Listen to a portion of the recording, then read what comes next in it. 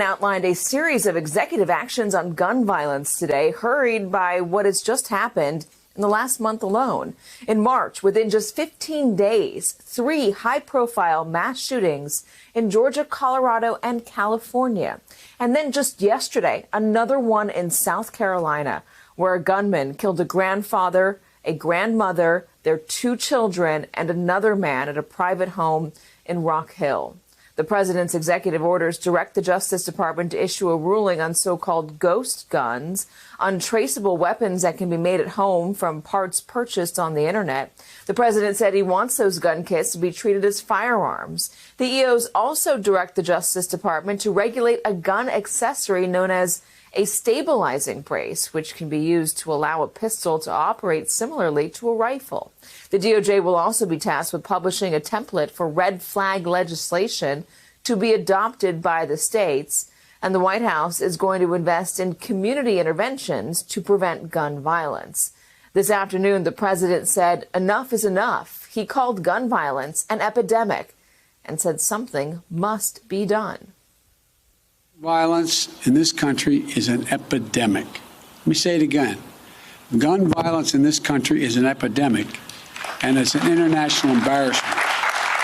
Our flag was still flying at half-staff for the victims of the horrific murder of 8 primarily Asian American people in Georgia, when 10 more lives were taken in a mass murder in Colorado.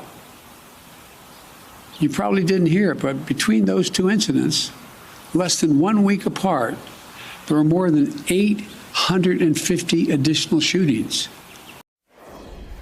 Joining me now is New York Times Chief White House correspondent Peter Baker and the president of Brady, Chris Brown. She was there for today's remarks at the White House. Chris, I do want to start with you on this.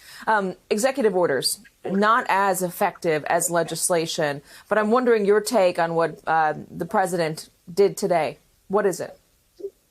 We're really pleased with the action that he's taken. He also, Katie, called on Congress to act, so it's not a substitute for the things that they need to do to expand the Brady background check system.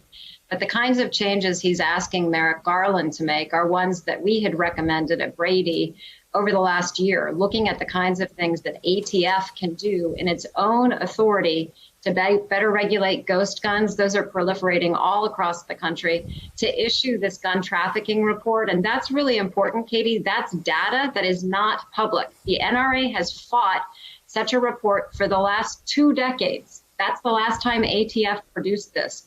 That's pivotal because a huge number of guns that are flooding our communities come from a relatively small number of dealers. We need help pinpointing those and stopping the flow of crime guns.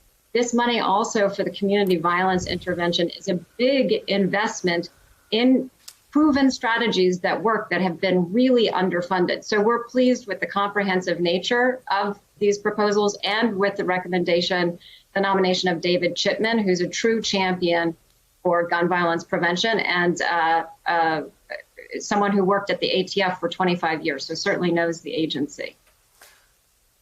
Chris, what about the messaging on this? Because there are a lot of people out there who will look at Congress, will look at the government and say, hey, listen, if you couldn't have gotten it done after Sandy Hook, after all those kindergartners were killed, how can you do it now? What's going to make the difference now? How is Joe Biden doing in terms of messaging, trying to convince people that it's not about taking their guns away, it's not about violating the Second Amendment, it's about making sure that innocent people aren't killed by crazy people who get their hands on a gun?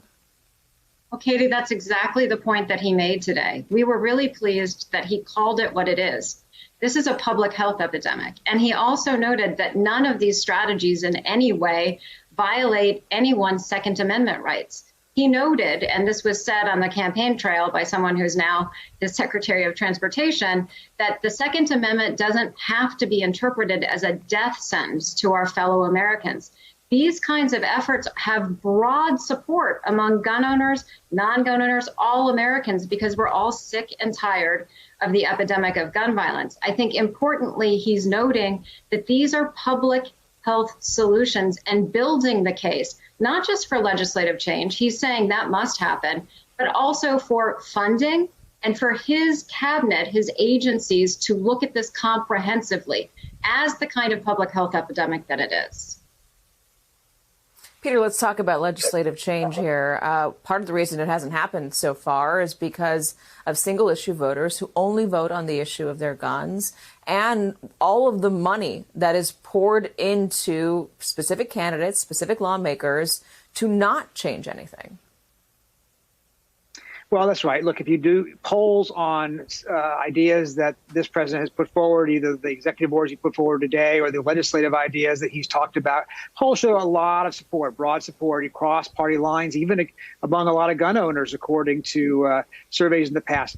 But the gun rights lobby has made very, very good use out of the fear of the slippery slope. That, in other words, if you allow them to do background checks or expand background checks in this instance, or you were to ban, magazines with more than 10, rounds in it, that's the beginning of, a much broader effort to take away our guns. And that has worked in many districts where, that ideology, that philosophy is more prominent. And the NRA has been very successful with that over the years. Now, the NRA, of course, is in bankruptcy. It's not the same organization it once was. But, lawmakers have learned, or at least believe they've learned the lessons of the past, which is that they can lose on an issue, even if polls show broader support for the kinds of measures that the president is talking about. So is there any movement right now, anything different in this moment, Peter Baker, that would mean that there's more of a chance for this sort of legislation?